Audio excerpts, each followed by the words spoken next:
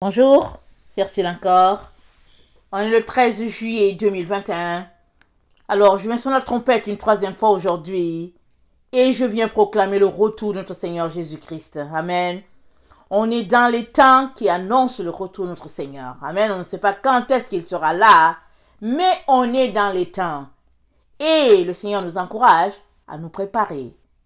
Alors, souvent, on se dit que c'est lointain. On essaye d'imaginer, amen, que ce sera à peu près à tel moment, à telle période. Mais ça, c'est pas notre ressort. Notre ressort, c'est de nous préparer. Amen. De nous assurer que, au fait, s'il venait, qu'on ne serait pas laissé. Ça, c'est très important. Amen. Et ça, c'est pas quelqu'un d'autre qui va te préparer. Tu dois te préparer. Jésus viendra t'aider en t'envoyant les anges, en t'envoyant des messagers, en t'envoyant le Saint-Esprit qui est là. Jésus viendra t'aider. Il est toujours là pour t'aider. Mais ce n'est pas à quelqu'un de faire ton travail. Tu dois faire ton travail. Chacun doit faire son travail. Très très souvent, on veut que l'autre fasse notre travail. Même si on est épuisé. Et puis, évidemment, si on est épuisé, le Seigneur peut nous aider. Comme il a été aidé par Simon. Quand il était tombé et qu'il devait continuer de porter sa croix, les officiers ont trouvé quelqu'un là, ils ont dit allez, aide-le à porter la croix. Amen. Il a été aidé. Et le Seigneur peut permettre que tu sois aidé. Ça fait partie des règles du ciel. Par contre, tu ne dois pas déclarer chaos en partant. Tu dois éloigner de toi la paresse, le manque de volonté. Tu dois tout faire, amen, pour te préparer. Amen. Imagine quand tu voyages, tu te prépares, n'est-ce pas? Alors, fais de même pour le Seigneur Jésus. Amen. Il est donc très important de ne pas négliger cet aspect-là. Souvent même, on est tous allés à l'école, n'est-ce pas? Je ne vois pas un enfant qui, alors que les gens se préparent pour la rentrée, ne se prépare pas. Quand un enfant ne se prépare pas pour la rentrée, c'est que papa et maman n'ont pas les moyens. C'est qu'il n'y a rien, ou bien papa et maman ne sont plus en vie. Et l'enfant est là, les gens lui disent, mais tu ne te prépares pas pour l'école? Il dit, je n'ai rien. Alors il peut se pointer à l'école et on lui demande, mais où sont tes affaires? Il dit, je n'ai rien. Il ne s'est pas préparé parce qu'il n'avait rien. Il n'avait pas moyen. Mais celui-là qui a quelque chose, il sait, en son âme et conscience, que c'est sa responsabilité de se préparer. Amen. Il est donc très important que nous ne puissions pas négliger les préparatifs pour le retour du Seigneur. Amen. Soyez bénis. Alors, es-tu contre celui qui peut te secourir? Amen. Es-tu contre celui qui peut te secourir? Qui peut nous secourir? C'est Jésus, n'est-ce pas? Jésus, Dieu en personne, venu sous forme de Fils de Dieu, est le seul qui peut nous secourir. Il nous a donné son Saint-Esprit. Il nous a dit qu'il ne va pas nous laisser orphelins. Mais si tu fais partie de ceux qui insultent le Saint-Esprit, qui dénigrent le Saint-Esprit, qui rabaissent le Saint-Esprit, qui te placent au-dessus, alors, qui va te secourir? Le Saint-Esprit est venu pour nous aider, pour nous booster. Le Saint-Esprit est venu comme un autre consolateur. Jésus était un consolateur. Le Saint-Esprit est un autre. Alors, si tu es contre le Saint-Esprit, qui va te secourir? Amen. Qui? C'est une bonne question, n'est-ce pas? Et le Seigneur nous a dit, je pense peut-être dans Matthieu 12, le verset 30, je vais regarder rapidement, et excusez-moi, je n'ai pas forcément la référence, mais je vais regarder. Si c'est pas ça, je vais citer le verset quand même. Mais si c'est ça, ce serait bien, hein, je serais en train de le lire. Amen. Matthieu 12, le verset 30, il nous dit ceci.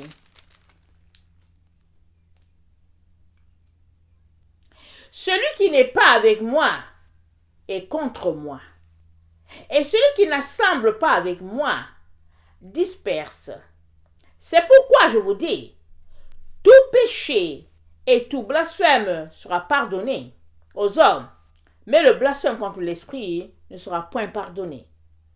Quiconque parlera contre le Fils de l'homme, il lui sera pardonné. Mais quiconque parlera contre le Saint-Esprit, il ne lui sera pas pardonné, ni dans ce siècle, ni dans le siècle à venir. Ou dites que l'arbre est bon, et que son fruit est bon, ou dites que l'arbre est mauvais, et que son fruit est mauvais.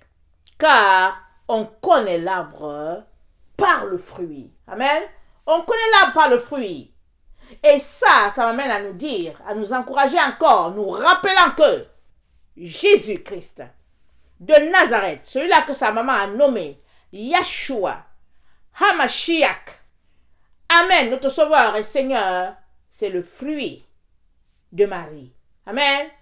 Le fruit est bon, on aime le fruit, alléluia, l'arbre aussi est bon. Amen. Béni soit le Seigneur de ce que sur cette terre, nous pouvons trouver de bons arbres.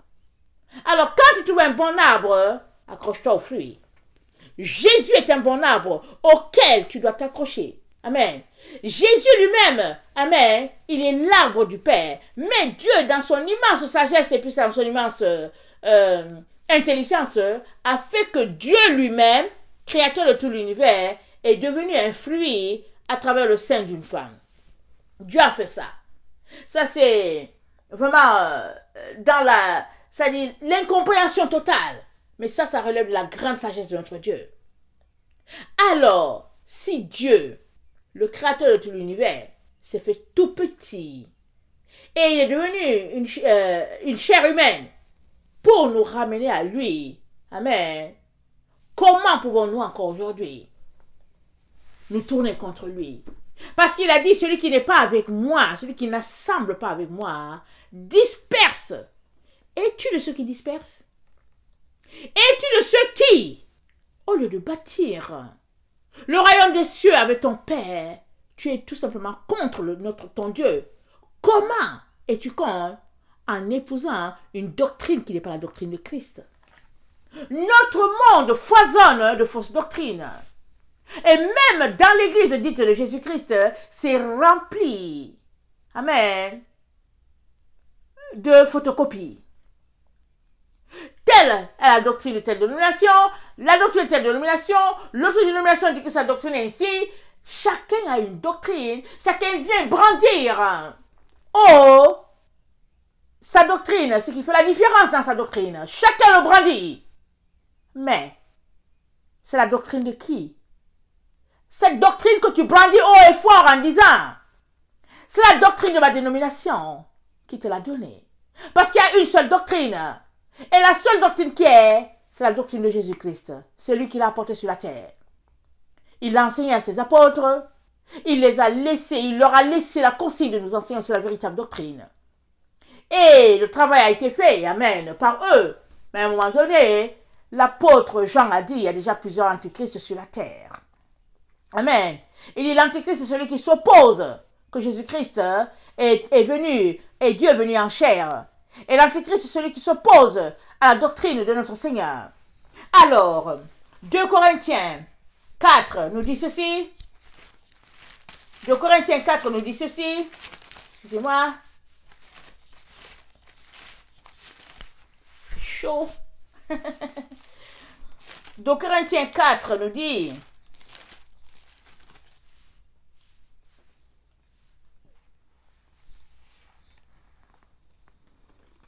C'est pourquoi, le verset 1, ayant ce ministère selon la miséricorde qui nous a été faite, nous ne perdons pas courage. Nous rejetons les choses honteuses qui se font en secret. Nous n'avons point une conduite astucieuse et nous n'altérons point la parole de Dieu. Mais en publiant la vérité, nous nous recommandons à toute conscience d'homme devant Dieu. Si notre évangile est encore voilé, il est voilé pour ceux qui périssent. Pour les incrédules dont le Dieu de ce siècle a aveuglé l'intelligence, afin qu'ils ne vissent pas briller la splendeur de l'évangile de la gloire de Christ, qui est l'image de Dieu. L'évangile est voilé pour ceux dont le Dieu de ce monde a aveuglé l'intelligence. Et le Dieu de ce monde, c'est qui? C'est Satan. Et comment il a aveuglé l'intelligence? Il nous a fait croire que dans la génération que nous sommes, dans le temps où nous sommes, nous n'avons pas vraiment besoin de la doctrine de Christ, à l'original.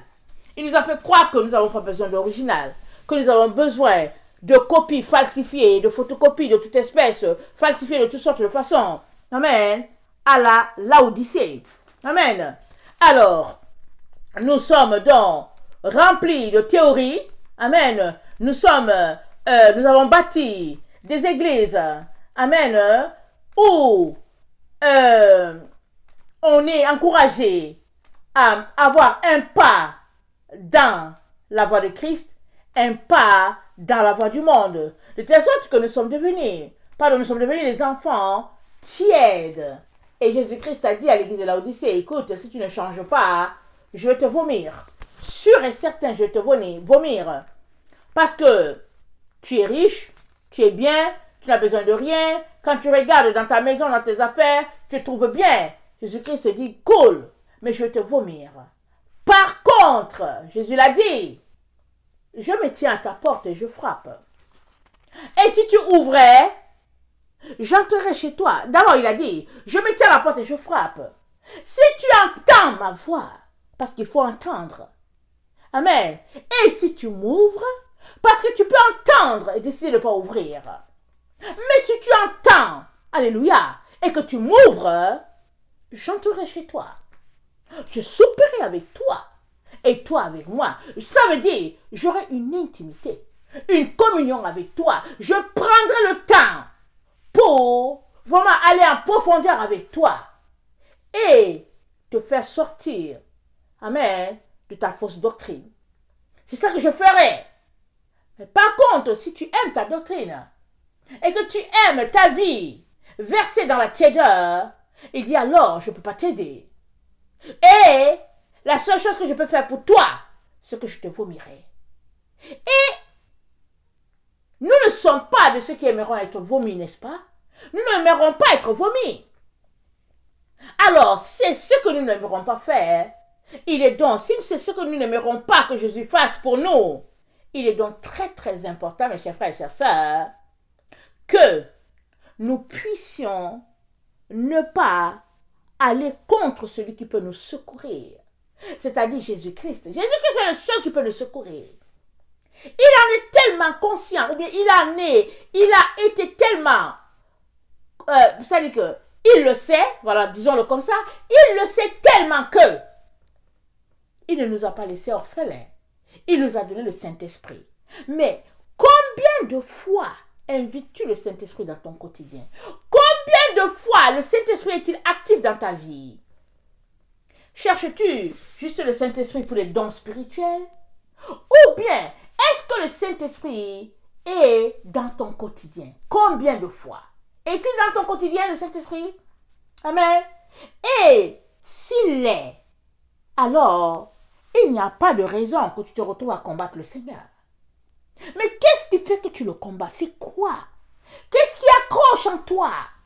Et qui fait que, malgré toutes les actions, les preuves d'amour que Jésus a posées, tu le combats.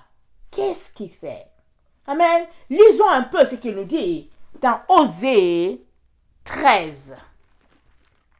Osée 13, le verset 1. Excusez-moi. Lorsqu'Éphraïm parlait, c'était une terreur. Il s'élevait en Israël, mais il s'est rendu coupable par Baal et il est mort. Dieu se rappelle de l'amour que Éphraïm avait pour lui. Si bien que Éphraïm avait une autorité. Et quand il ouvrait la bouche, puisque Dieu était avec lui, ça tremblait autour. Mais hélas, Éphraïm, amen, s'est tourné contre celui-là qui pouvait le secourir. Il est allé adorer Baal. Je ne sais pas qui est ton Baal. Ton Baal est-il des voitures? Est-il ta carrière? Est-il les diplômes que tu cherches sur le campus? Ton Baal est-il ta beauté physique? Est-il, au fait, tout ce après quoi tu cours? C'est quoi ton Baal? Éphraïm, amen, s'est tourné contre celui-là qui pouvait l'aider. Et c'est Baal qui a fait que Ephraïm a été détourné du vrai Dieu. Toi, je ne sais pas c'est quoi ton Baal. Est-ce que c'est tout simplement que tu aimes la vie du monde tout court et tu trouves que ce serait équilibré d'avoir un peu de Dieu et un peu de Baal de ce monde. Il se pourrait que ce soit ça ton cas, parce qu'il y a beaucoup d'enfants de Dieu qui se retrouvent dans cette situation-là, qui correspond à l'église de Laodicée. Beaucoup d'enfants de Dieu refusent catégoriquement le message prêché par la première église. Ils le refusent. Ils trouvent que c'est trop strict. Ils trouvent que c'est trop dur. Ils trouvent que vraiment, les actes des apôtres, ce n'est plus de notre temps. Alors, ils se contentent donc de petites, comment on appelle ça, une petite relation avec le Seigneur. Mais, Jésus-Christ dit, Dieu est le même, hier, aujourd'hui et pour toujours, il n'a pas changé. Il n'a pas du tout changé et tu ne peux pas te permettre de changer, amen, les règles pour lui, parce qu'il a dit, celui qui retranchera, qui ajoutera quelque chose, Dieu lui-même le retranchera. Dieu l'a dit. Alors, il n'est pas de notre ressort de changer quoi que ce soit dans ce que Dieu a établi. Nous sommes tout simplement appelés à suivre, puisque nous sommes des brebis. La Bible nous dit, le bon berger, il ouvre l'enclos, il marche, il sort d'abord en premier, et les brebis le suivent. Donc, toi et moi sommes appelés à suivre le Seigneur Jésus. Et il l'a dit, s'ils m'ont persécuté, ils vous persécuteront. S'ils m'ont aimé, ils vous aimeront. Mais d'où nous vient-il donc que nous voulons être traités différemment de Jésus? D'où cela vient-il? Parce qu'une telle attitude fait que nous nous retrouvons, amen, contre celui-là qui peut nous secourir. Une telle attitude. Moi, je ne sais pas où est-ce que tu en es, mais il est très important de t'examiner pour voir dans ton quotidien si tu es avec Jésus ou bien si tu es contre lui. Amen. Alors, le verset 2 dit, maintenant, ils continuent, c'est-à-dire parlant de Ephraïm, à pécher. Ils se font avec leur argent des images enfantes, des idoles de leur invention. Toutes sont l'œuvre des artisans. On dit à leur sujet que ceux qui sacrifient baisent les veaux. C'est pourquoi ils seront comme la nuée du matin, comme la rosée qui bientôt se dissipe, comme la balle emportée par le vent hors de l'air, comme la fumée qui sort d'une fenêtre. Et moi, je suis l'Éternel, ton Dieu, dès le pays d'Égypte. Tu ne connais d'autre Dieu que moi, et il n'y a de sauveur que moi. Je t'ai connu dans le désert, dans une terre aride. Ils se sont rassasiés dans leur pâturage. Ils se sont rassasiés et leur cœur s'est enflé. C'est pourquoi ils m'ont oublié. Ils se sont rassasiés et leur cœur s'est enflé. C'est pourquoi ils m'ont oublié. On va s'arrêter là. As-tu oublié Dieu parce qu'il t'a tellement béni? As-tu oublié Dieu parce qu'il a eu compassion de toi et que tu as tellement souffert que il t'a béni? Est-ce que c'est pour ça que tu l'as oublié? Et Dieu te dit, amen, c'est dans le désert qu'il t'a connu. Il y a le désert, comme Israël qui est passé par le désert du Sahara. C'est pas de ce désert-là, ici il parle du désert spirituel. Dans les moments difficiles, on élève la voix vers Dieu, on dit Seigneur, viens à notre secours. On prie, on pleure, on jeûne, on prie, on pleure, on jeûne jusqu'à ce que Dieu vienne à notre secours. Il a compassion, il nous exauce. Alors, maintenant qu'il nous exauce, qu'il nous a donné une bonne situation financière, est-ce que nous lui tournons le dos? Ou bien, est-ce que cette situation fait que nous l'aimons davantage? Malheureusement, la plupart du temps, ce qui arrive, c'est que notre situation matérielle fait que nous tournons le dos à notre Dieu. Amen. Nous lui tournons le dos. Et finalement, amen, celui-là celui-là qui nous avait aidés, qui nous avait secourus, est devenu notre ennemi parce que nous lui avons tourné le dos. Or lui, il ne veut que nous aimer, il ne veut que continuer de nous diriger et nous conduire. Et si nous faisons partie de ceux qui trouvent que les lois de l'Éternel sont difficiles, c'est parce que notre cœur s'est détourné de lui. Parce que comment se fait-il que quand on était dans le désert, on ne voyait pas cette situation? Et que maintenant, parce que nous avons cette satisfaction charnelle, là nous trouvons que c'est trop difficile les lois de Dieu. Il est très très important, mes chers frères et chères sœurs, qu'on puisse faire un bilan un peu de notre marche avec le Seigneur dans le temps dans lequel nous nous trouvons. Oui, un bilan ça se fait à tout le temps. Dans les sociétés, ils le font une fois l'année. Mais ce serait bien qu'en tant qu'enfant de Dieu, qu'on puisse le faire fréquemment pour savoir si on est toujours en train de marcher avec le Seigneur, si on est toujours dans la course, ou bien si on a tout simplement tourné le dos à notre Dieu. Amen. Alors, donc il dit, le verset 7, je serai pour eux comme un lion, comme une panthère, je les épierai sur la route. Je les attaquerai comme une ours à qui l'on a enlevé ses petits, et je déchirerai l'enveloppe de leur cœur, je les dévorerai comme une lionne, les bêtes des champs, les mettront en pièces. Ce qui cause ta ruine, Israël, c'est que tu as été contre moi, contre celui qui pouvait te secourir. C'est ça. Ce qui cause ta ruine, Dieu te dit, c'est parce que tu es contre celui-là qui peut te secourir. Maintenant, arrête-toi et demande-toi si telle est ta situation. Souvent, on cherche loin, on cherche les sorciers, mais souvent, nous sommes artisans nous-mêmes de notre propre malheur, notre situation spirituelle. Souvent, notre situation spirituelle, elle est intense, très loin de Dieu, parce que nous avons tourné le dos à celui-là qui peut nous secourir. Alors, une histoire vraie. Un enfant était dans un camp de réfugiés avec ses parents. La vie était difficile. Il n'y avait aucun espoir de se revoir. Mais c'est une famille qui priait tellement. Ils se sont retrouvés dans des camps dispersés, des différents camps.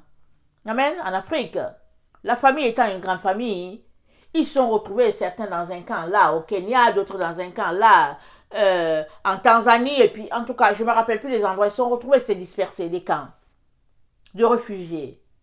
Mais ils priaient tellement, Dieu est tellement bon avec cette famille, que finalement, ils se sont ramassés dans un pays occidental.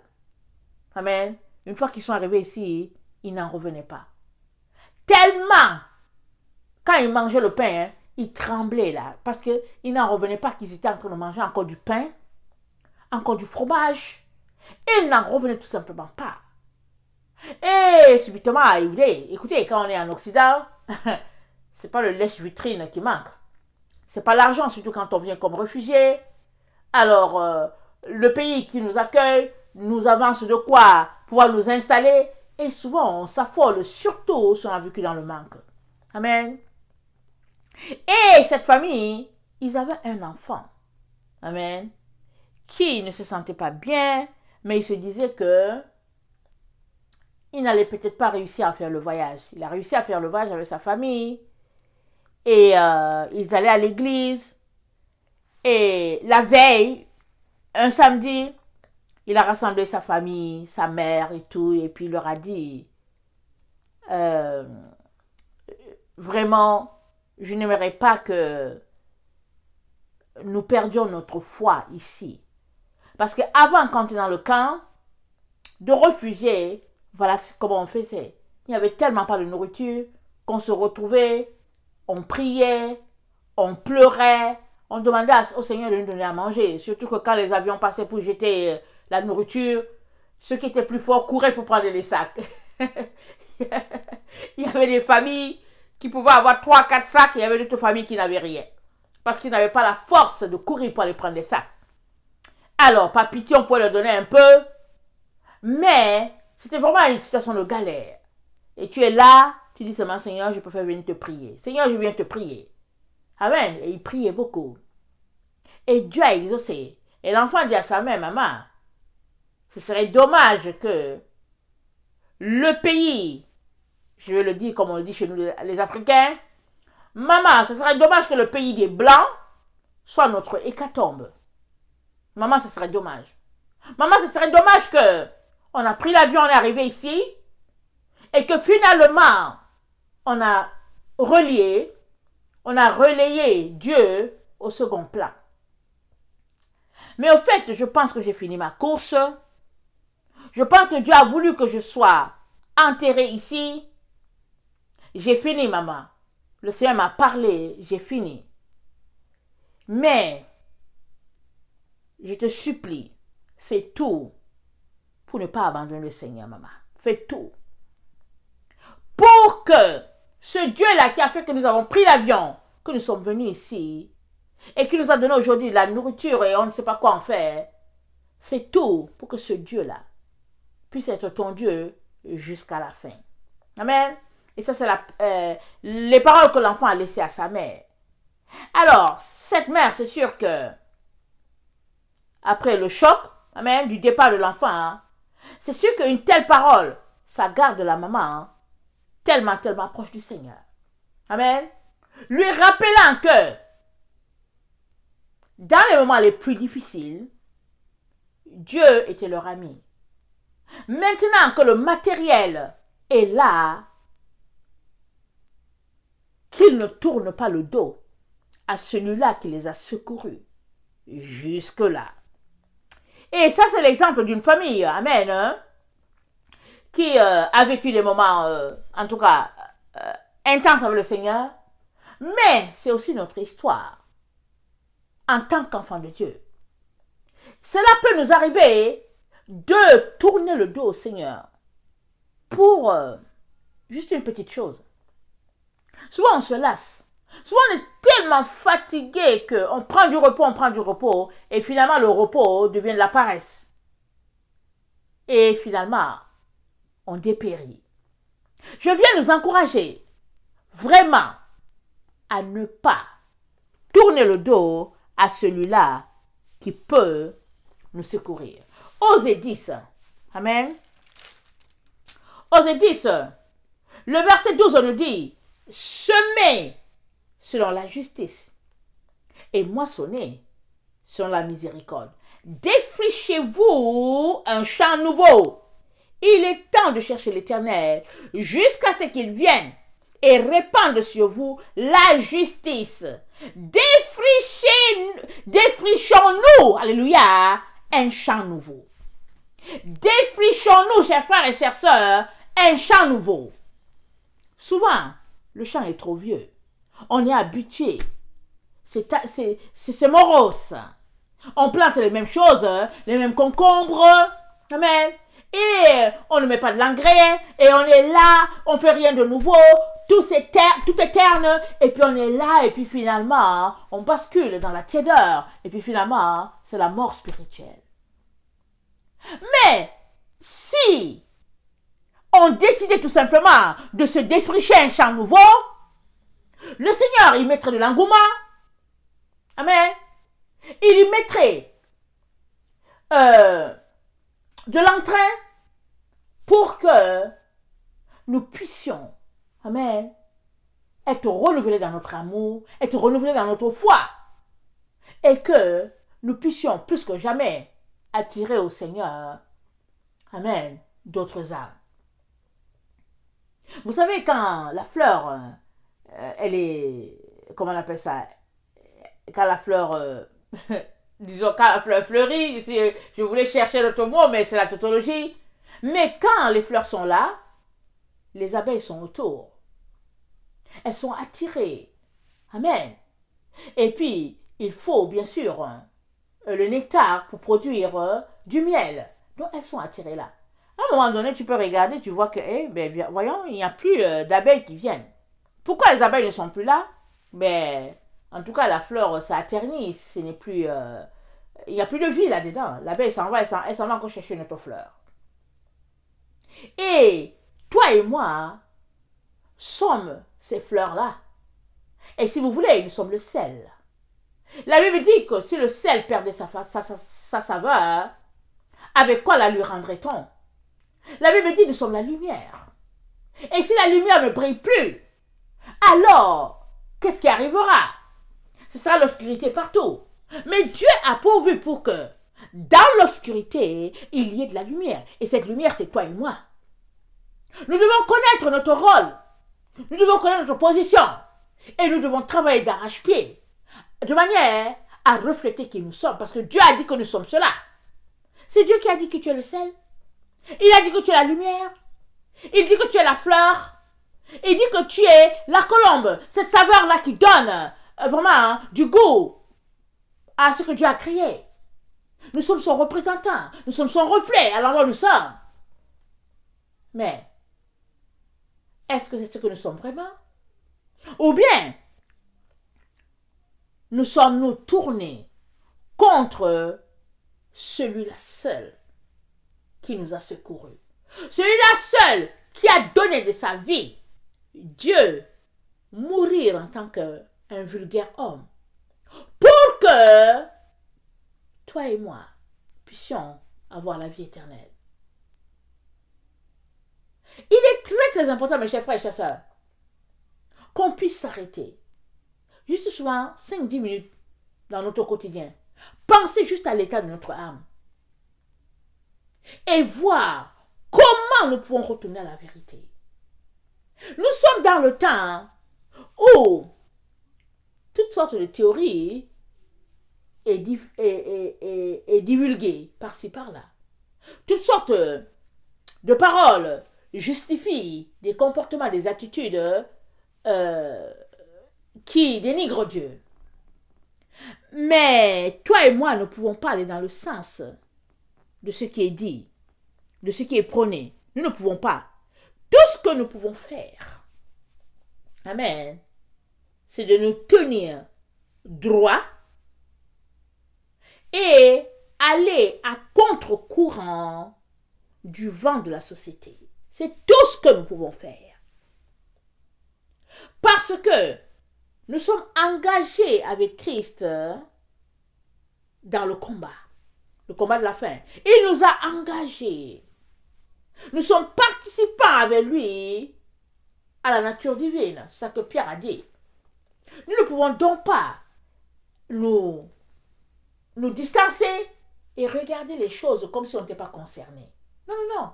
Nous participons avec Christ à sa nature. De Pierre.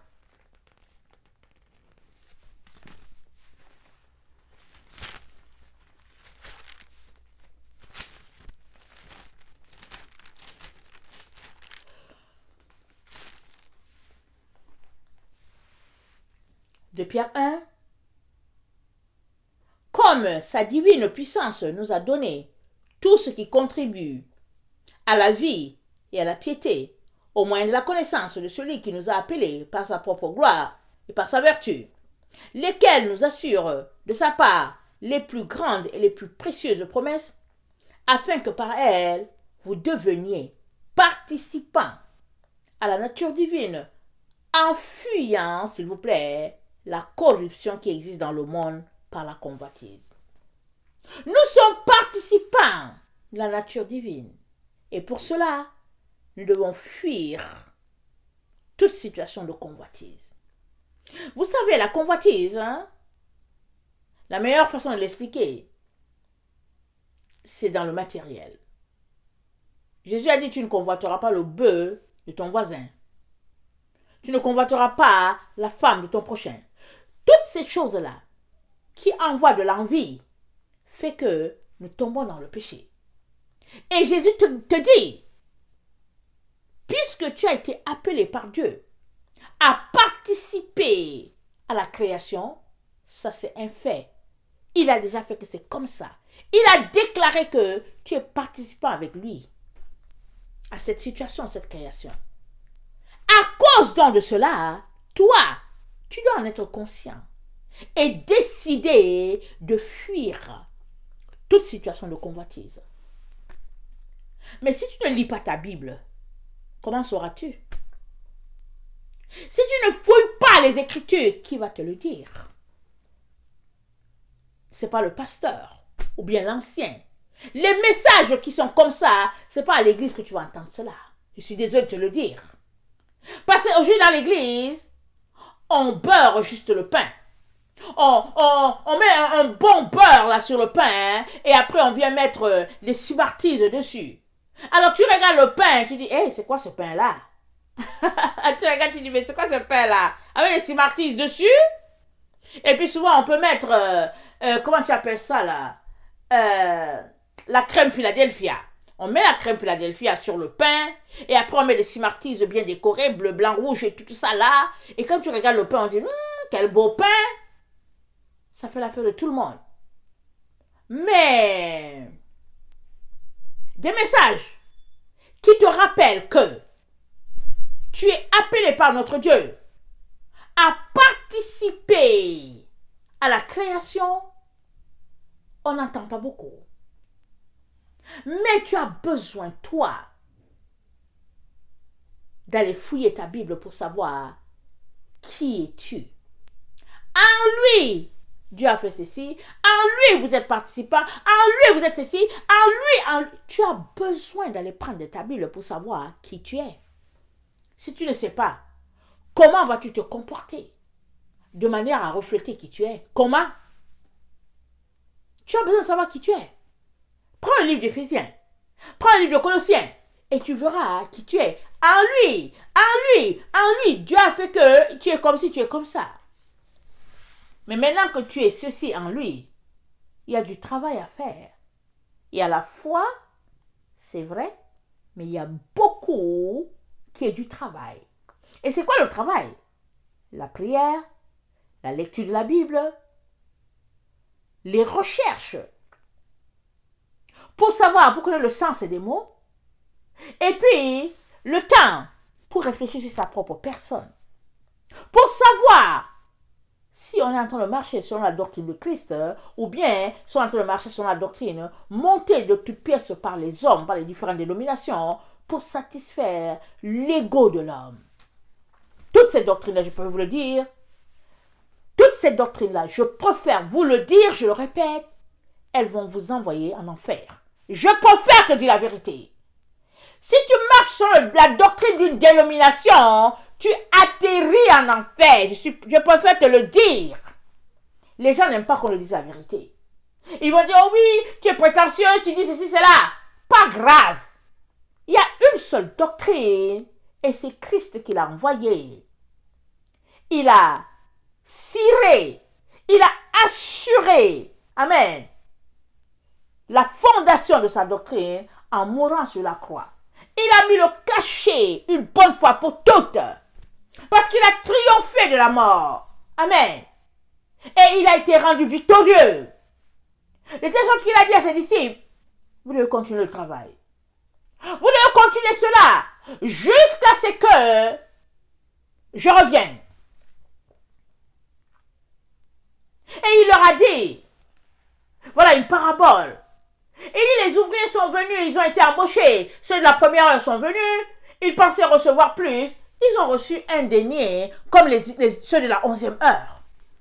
Jésus leur a dit, écoutez, vous aurez la même récompense.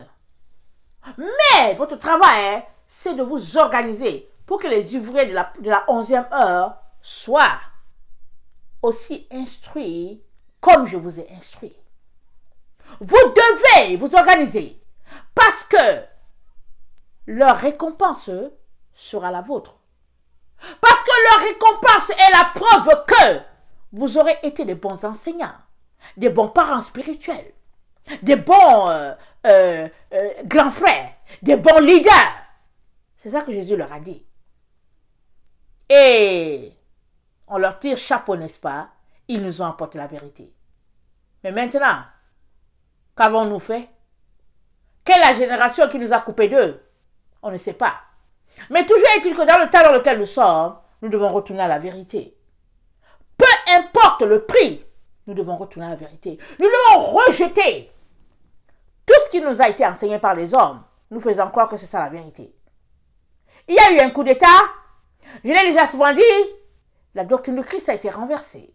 Et puis, on essaie de colmater les brèches dans les églises, essayant de forcer les choses pour dire que ouais, voilà, et puis on essaie de tirer la colle par-ci, on tire par-là pour essayer de coller les choses. Ça n'arrive pas à se souder. Il n'y a pas moyen. Ça ne marche pas. Les gens ne sont pas nourris. Les gens ne sont pas transformés. Ils sont aigris. Ils n'ont même pas la vérité. Plusieurs n'ont pas la vérité. Mais ils sont là dans un type de religion, de distraction. Amen. Et finalement, ils se retrouvent comme dans une situation de gens qui lisent dans les boules. Et puis, ils réfléchissent comme, comment on appelle ça, excusez-moi, des magiciens ou quoi, parce que bon, ils ne savent pas finalement où se trouve la vérité.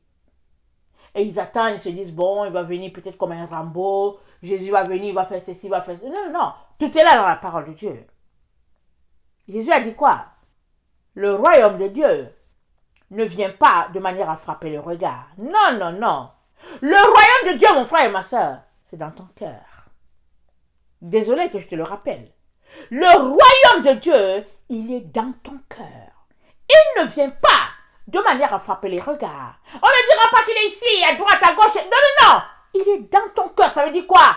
C'est à toi de te dépouiller de tout ce qui est en toi qui est ténèbres, alors que tu enlèves les distractions, les futilités, les ténèbres qui sont en toi, la lumière que Dieu a déjà pointée en toi, dès l'origine, va éclore.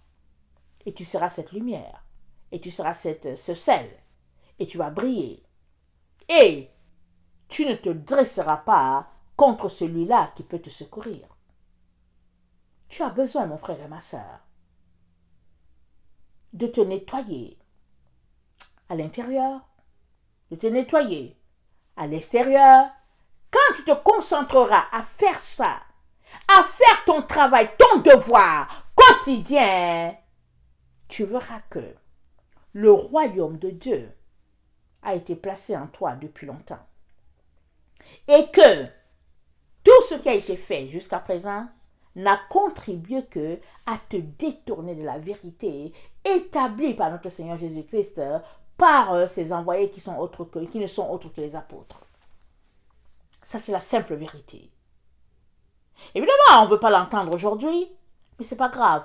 Pour toi qui veux l'entendre, laisse-moi te dire, prends du temps, mon frère, ma soeur. Va chercher ton Dieu. Va creuser. Viens en pleurant. Secoue, supplie-le de t'aider. Amen. Supplie ton Seigneur. Il t'aidera. Amen. Que le Seigneur bénisse sa parole. Je vous aime beaucoup et Dieu davantage. Maranatha, Jésus revient. Amen et Amen. Alléluia. Praise the Lord. Amen.